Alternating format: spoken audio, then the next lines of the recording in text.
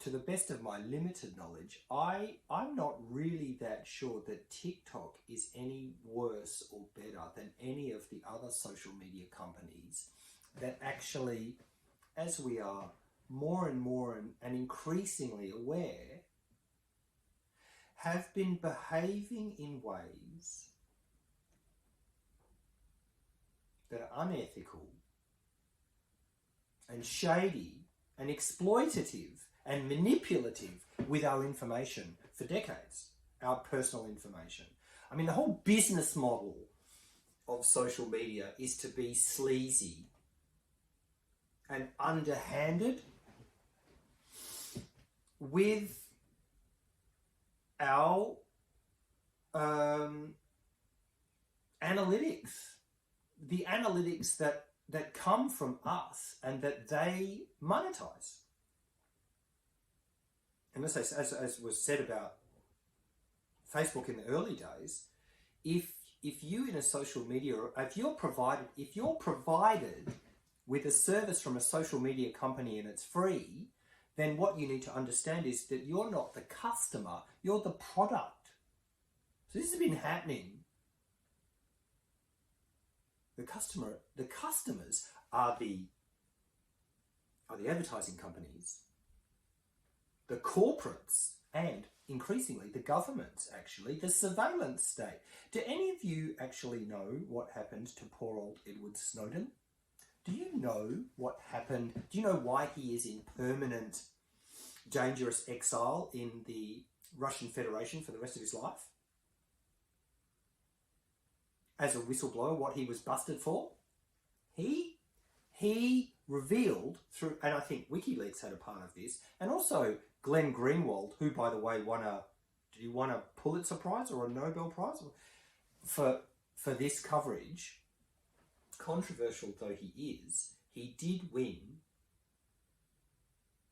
a massive prize for journalistic excellence in busting open the Snowden files, which gave evidence to show that the American security state in the form of the NSA had the technology and were utilizing the technology to spy on in an enormously meta way and collect the data in an enormously meta way from American citizens through all of their phone calls. They gathered all of the data from all of their phone calls. They had the technology and the ability to do that, and they did that. And it might have actually even gone further than that. So the NSA is acting, the American security state, and don't think it's not happening in every other country, all of the security states have been on a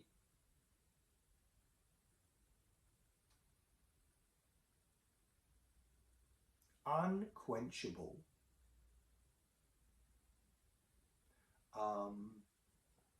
unstoppable mission to gather more and more and more and more of our private and personal information. And they're doing it in a way that is underhanded, and they're doing it in a way that is sleazy and against the foundations of our very societies, dear listener. So